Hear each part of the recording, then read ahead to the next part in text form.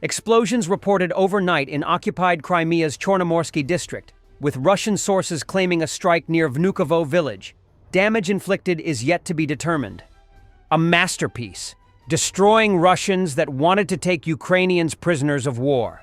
Operators from the 1st Tank Brigade freed 3 Ukrainian soldiers from captivity using drones. First, they separated the prisoners from the Russian with airdrops, then moved them to safe positions, while the Russians were destroyed. The operation was nothing short of surgical. It began with precise reconnaissance. High-resolution aerial drones monitored the area for hours, building a complete picture of Russian positions, movement routes, and potential ambush zones. The captives were spotted, bound but alive, surrounded by enemy infantry who had no idea they were being watched. Then came Phase 2, deception and disruption. Using small, silent multi-rotor drones, the Ukrainian operators airdropped smoke charges and distraction devices, sowing panic in the Russian ranks. While the enemy scrambled to react, operators directed the captives with hand signal codes and laser pointers visible only through thermal optics. It was a high-risk gamble. One misstep, and it could have cost lives. But the timing was flawless. As the Russians attempted to reposition, the real strike began. From a hidden forward position, FPV kamikaze drones launched one after another.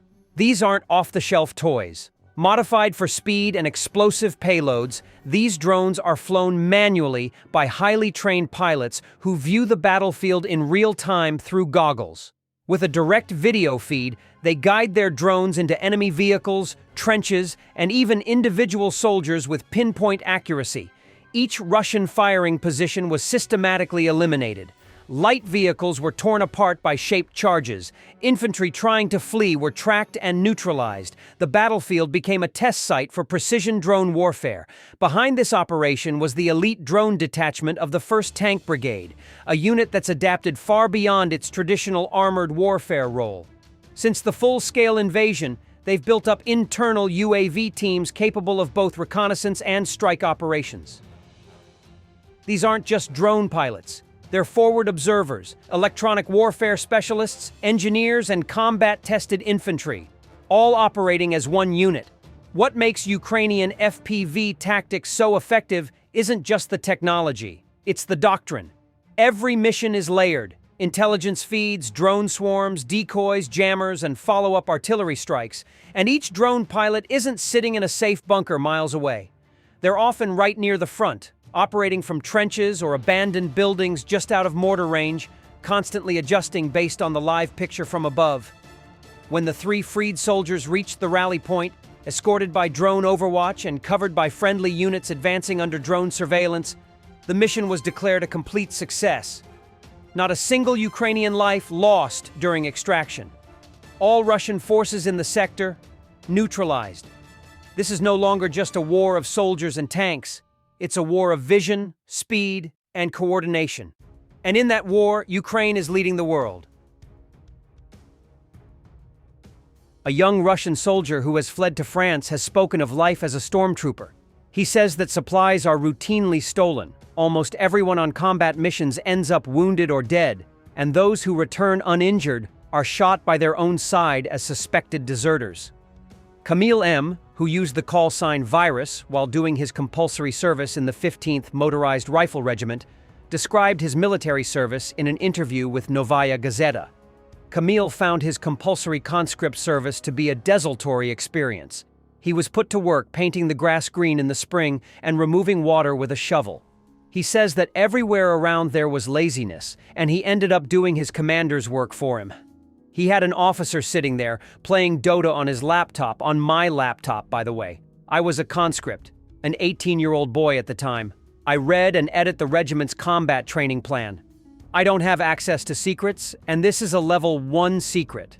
After returning home, he ended up in prison on what he claims were fabricated charges. He got out by signing a contract to fight in Ukraine in a Storm V unit of the 74th Independent Motorized Rifle Brigade. Unlike many, he received a month's training. Camille says that at the front, the officers treated the convict soldiers brutally. Corruption and theft were rampant. salaries went unpaid, and Ukrainian drones made it almost certain that combat missions would result in the death or injury of almost all the participants.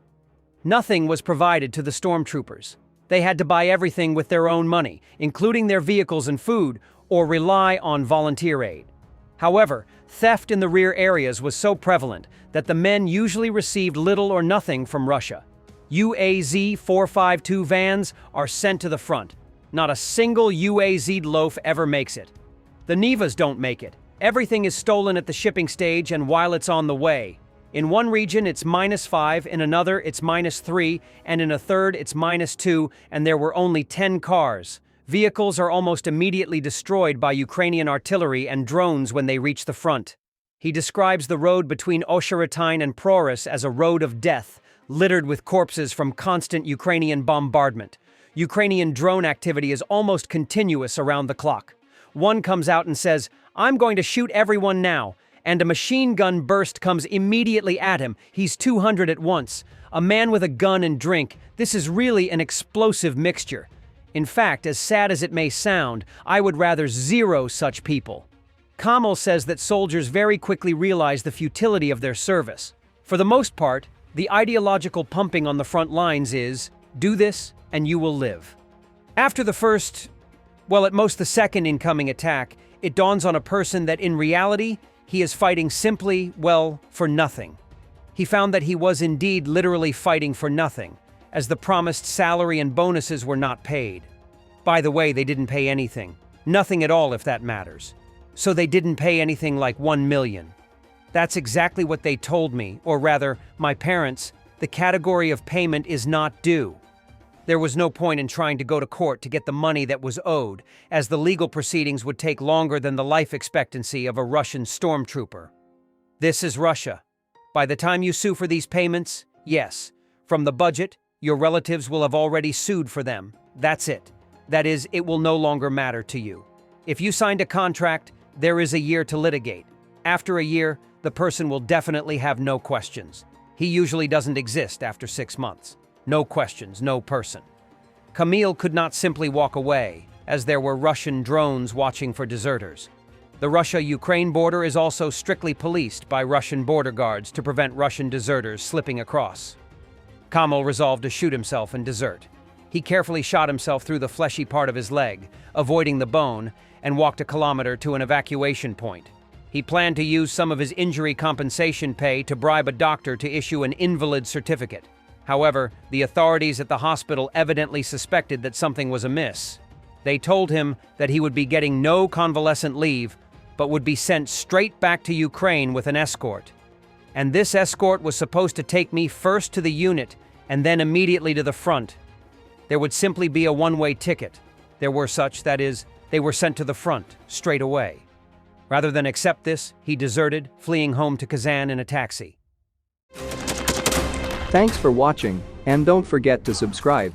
Also, if you want to support Warthog Defense, please become our member and get early access to new videos, exclusive members-only videos, and become administrator in comment section. The membership link is in the description. Rescues every day. We had a guy last week, it's 6 rescues in 6 days. You know, he's doing the job every day.